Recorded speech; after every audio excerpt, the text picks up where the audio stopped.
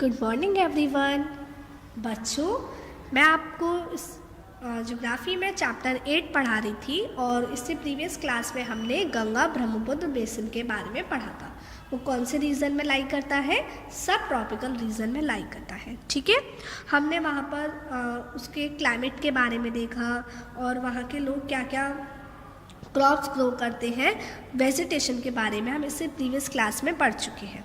आज हम वहाँ की वाइल्ड लाइफ के बारे में देखेंगे। देखिए, there is a variety of wildlife in the basin, मतलब इस बेसिन में बहुत तरीके की वाइल्ड लाइफ आपको बहुत वेराइटी दिखेगी।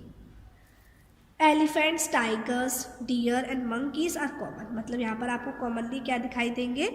हाथी है, टाइगर्स हैं, डियर है, मंकीज है, ये आपको दिखाई देंगे। और जो ब्रह्मपुत्र प्लेन एरिया है, जो ब्रह्मपुत्र प्लेन है, वहाँ पर आपको वन हॉर्न राइनोसेरोस दिखाई देगा, मतलब ऐसा राइनोसेरोस है जिसका एक ही हॉर्न होता है। ठीक है, और जो डेल्टा एरिया है वहाँ पर आपको बंगाल टाइगर दिखाई देंगे, क्रोकोडाइल्स दिखाई देंगे, एलिगेटर्स दिखाई देंगे, मतलब ये जानवर वहाँ पर पाए जाते हैं। तो मोस्टली वहाँ पर गंगा ब्रह्मपुत्र बेसिन में आपको क्या क्या दिखाई देंगे? मंकीज़ हैं, टाइगर्स हैं, डियर हैं, एलिगेटर्स हैं, क्रोकोडाइल्स हैं, बंगाल टाइगर है, ये सारी चीज़ें, ये सारे जानवर आपको वहाँ पर दिखाई देंगे। और एक्वाटिक लाइफ और bonds in the fresh river waters, जो फ्रेश रिवर वाटर है वहाँ पर आपको मतलब एक्वाटिक लाइफ भी है। जैसे वहाँ पर बहुत तरीके की आपको फिशेस दिखाई देंगी, जैसे रूहू, कातला, हिल्सा फिश होती है ना, तो ये फिशेस आपको वहाँ पर दिखाई देंगी। ठीक है, तो और एक्वाटिक लाइफ मतलब पानी में कहाँ पर आपको उसमें पानी में रहने वाले जीव दिखाई देंगे, जैसे फ्रेश रिवर वाटर है, लेक्स है, बे ऑफ बंगाल सी है, वहाँ पर आपको दिखाई देंगे। ठीक है, और वहाँ का मुख्य भोजन क्या होता है बच्चों? जो उस एरिया में जो लोग रहते हैं उनका मुख्य भोजन क्या होता है? स्टैपल फूड क्या है? स्टैपल डाइट क्या है? फिश और राइस। क्या है? वहाँ के लोग मोस्टली क्या खाना पसंद करते हैं? फिश और राइस। आई बात समझ में सभी बच्चों को?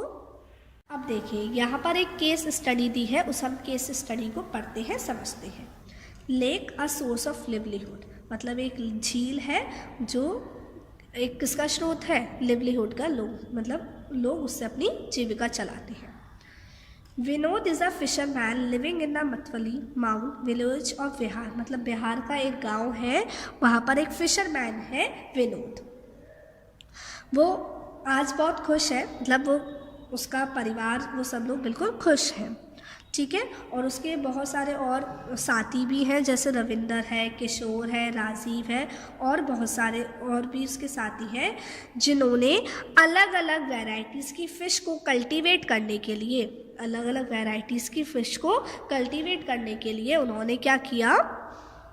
उन्होंने ऑक्सबो लेक को साफ़ किया, मतलब ये जो लेक है, इस झील को क्या किया? उन्होंने साफ़ किया, और इस लेक को साफ़ करने के बाद उन्होंने इसमें अलग अलग तरीके की वैरायटीज़ की फ़िश को कल्टीवेट किया, मतलब पाला उन्हें।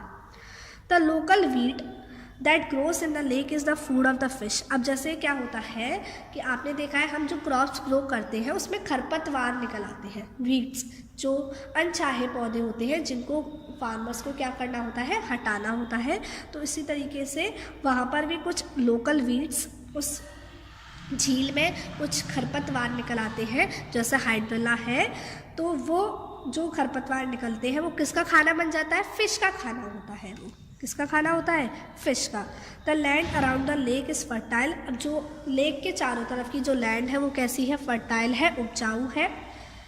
ही सोस क्रॉप्स सच एस पैडी, मेज and pulses in these fields, और लेक के चारों तरफ जो फील्ड है, जो मैदान है, तो वहाँ पर वो क्या उगाता है? कौन? विनोद कुछ क्रॉप्स उगाता है, जैसे पैडी है, मेज है, पल्सेस की कुछ क्रॉप्स वो वहाँ पर उगाता है। ठीक है, खेत को जोतने के लिए वो किसका यूज़ करते हैं? बफेलोस का यूज़ करता है। मतलब एक तरीके से बिल्कुल वो सेटिस्फाइड है सारी चीज़ों से, बहुत खुश है। There is enough fish catch from the river, और नदी से बहुत सारी फिशेस उनको मिल जाती हैं, जो वो क्या कर लेते हैं? कैच कर लेते हैं। इनफ फिश टू ईट, खाने के लिए पर्याप्त फिशेस है। Enough fish to sell in the market, मतलब खाने के लिए भी उनके पास पर्याप्त फिशेस होती है और मार्केट में भी वो बेचते थे। मतलब इतनी फिशेस उनको मिल जाती है उस लेक से कि वो खा भी लेते हैं और बेच भी देते हैं। They have even began supply to neighbouring town, मतलब उन्होंने फिशेस की सप्लाई करना भी शुरू कर दिया है। The community is living in the harmony with nature as long as pollutants from the nearby towns do not find their way into the lake waters.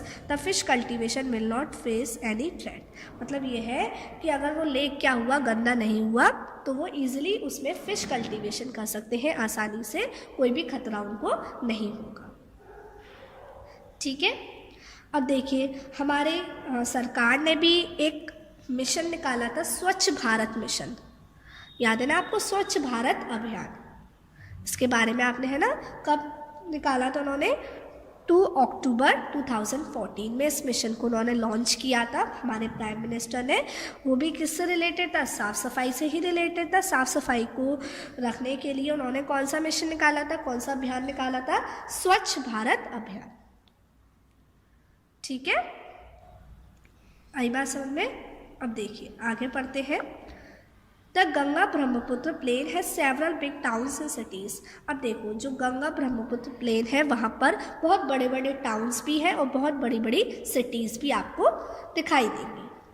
The cities of Allahabad, Kanpur, Varanasi, Lucknow, Patna and Kolkata all with the population more than 10 lakhs are located along the river Ganga. अब देखो जो Ganga river है, तो Ganga river के चारों ओर कौन कौन सी cities हैं, इलाहाबाद, कानपुर, कोलकाता, पटना, लखनऊ, वाराणसी, जहाँ पर 10 लाख से भी ज़्यादा पॉपुलेशन है, जहाँ की जो पॉपुलेशन है वो क्या है, 10 लाख से भी ज़्यादा है। और ये सिटीज़ किसके चारों तरफ है, ये सिटीज़ गंगा रिवर के चारों तरफ। The wastewater from these towns and industries is discharged into the rivers।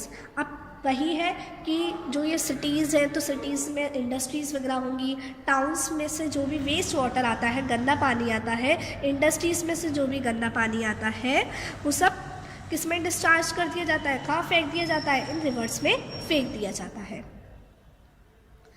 This leads to the pollution of the rivers. और इसी वजह से क्या होता है, नदियाँ क्या होने लगती है, गंदी होने लगती है, नदियों में गंदगी आ जाती है, जो नदियाँ होती हैं वो क्या होने लगती है, पल्यूट होने लगती है।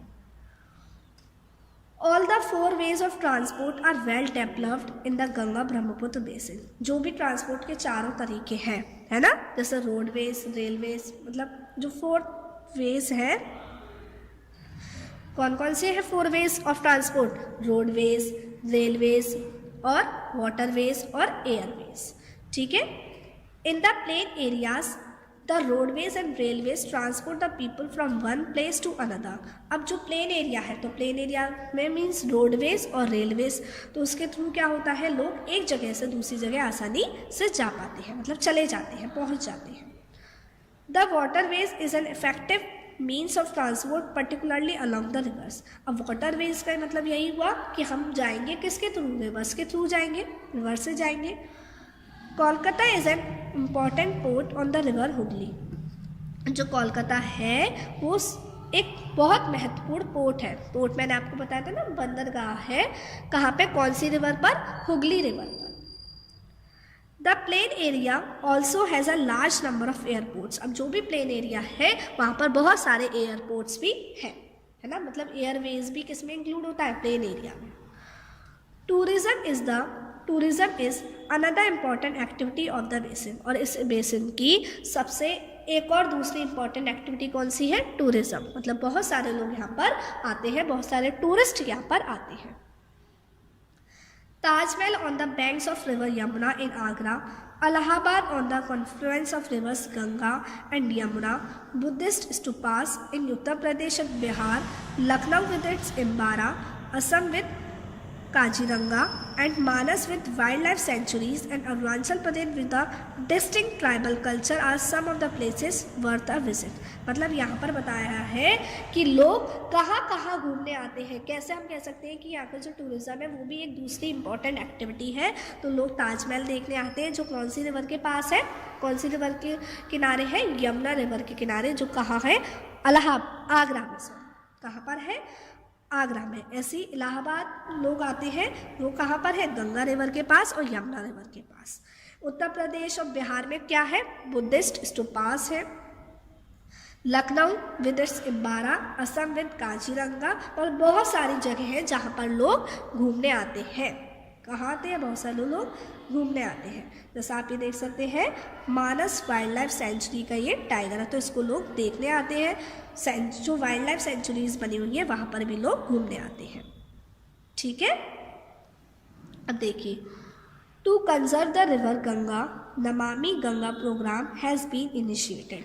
अब देखो, जब हमारी जो रिवर गंगा है वो क्या होने लगी? गंदी होने लगी, क्योंकि रिवर गंगा के पास उसके किनारे बहुत सारे टाउन्स एंड सिटीज़ है, तो वहाँ का जो भी वेस्ट वाटर है या जो इंडस्ट्री से जो भी वेस्ट वाटर निकलता है सब रिवर्स में ही डिस्चार्ज कर दिया जाता है। तो इससे क्या होती है? जो रिवर्स गंदी हो जाती है, तो उसके लिए ये प्रोग्राम चलाया गया था। ठीक है, आई बात समझ में? अब आपका इसमें एक डू यू नो रह गया है, उसको हम पढ़ते हैं।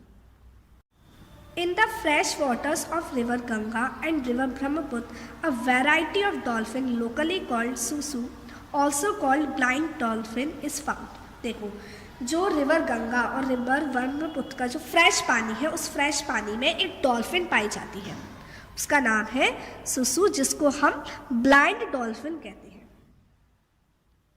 जिसको हम क्या कहते हैं? ब्लाइंड डॉल्फिन कहते हैं। ठीक है,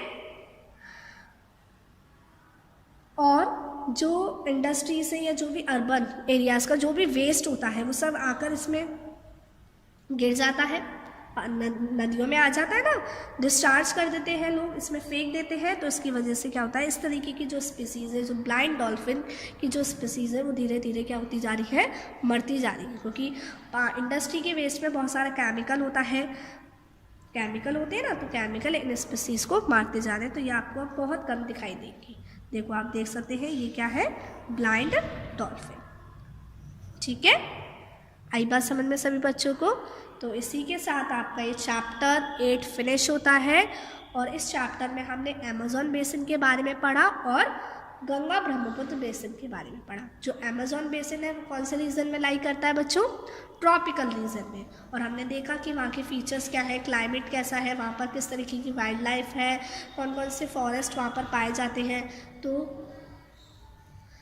अमेज़न बेसिन में कैसे फॉरेस्ट पाए जाते हैं? Tropical rain forest. और गंगा ब्रह्मपुत्र बेसिन में कैसे फॉरेस्ट पाए जाते हैं? Tropical deciduous forest. और वाइल्ड लाइफ के बारे में भी पढ़ा और ये भी देखा कि वहाँ के लोग किस तरीके से जीवन जीते हैं, कौन कौन सी क्रॉप्स को ग्रो करते हैं। तो ये सारी चीज़ें हम इस चैप्टर में पढ़ चुके हैं, मतलब हमने आज कंप्लीट कर लिया इस चैप्टर को। तो अब आपका वर्क क्या है? आपको इस चैप्टर को अच्छे से पढ़ना है और समझना है। अब मैं आपको नेक्स्ट क्लास में मिलूँगी। Till then take care, bye bye.